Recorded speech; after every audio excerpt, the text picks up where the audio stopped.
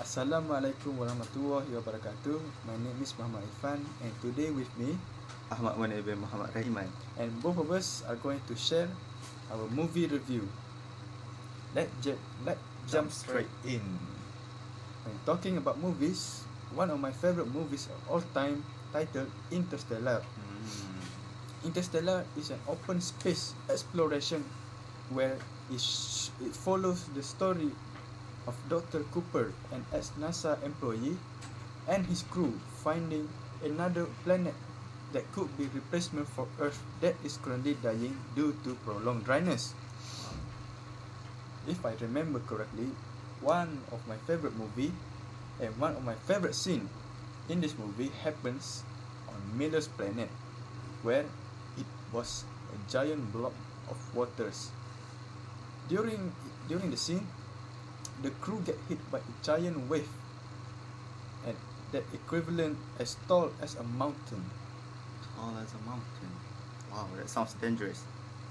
Yes, it is also the most intense part of this movie. Munir, what do you think of Interstellar? Well, Interstellar is definitely a unique movie. I've already watched it once and I don't really understand it, so I guess I will give it another watch. Well, moving on to my favorite movie, which is Oppenheimer. Oppenheimer is follows the life of Dr. J. Robert Oppenheimer, a physicist known as the father of atomic bomb.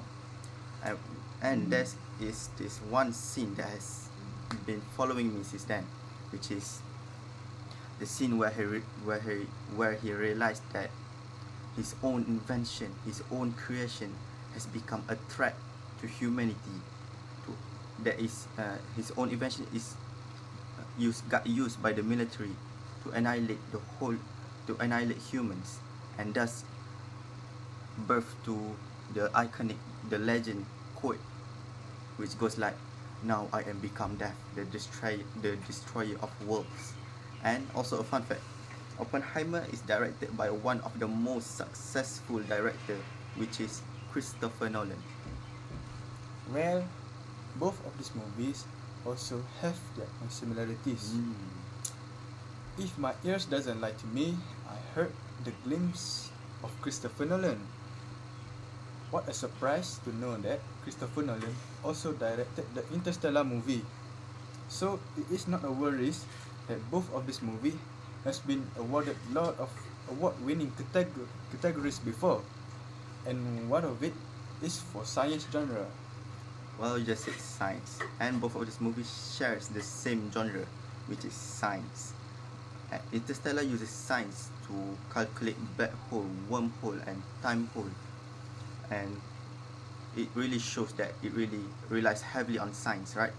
And while Oppenheimer, on the other hand, uses science to calculate the calculation behind the creation of bombs that is used in Nagasaki and Hiroshima.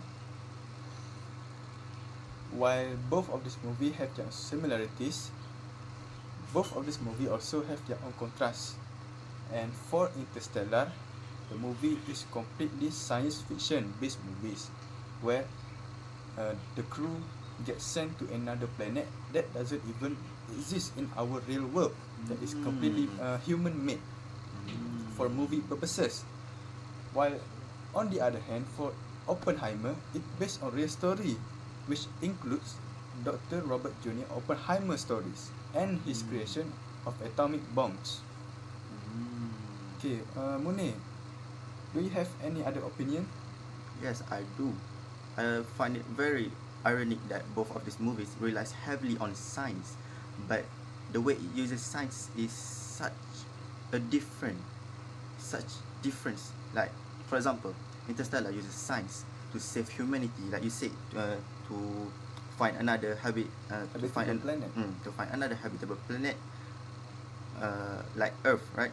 While Oppenheimer uses science to create or cause destruction by inventing, like, for example, like Fat Man and Little Boy. The bombs. Yes, the bombs that is used in Nagasaki and Hiroshima. Wow, that's a lot of new things I just discovered about Oppenheimer. Thanks to you, Munir. Maybe Welcome. I should give an Oppenheimer a try. And I also should give Interstellar another good watch. Do you think that we could watch it together next time? Perhaps, Munir. Yes, definitely.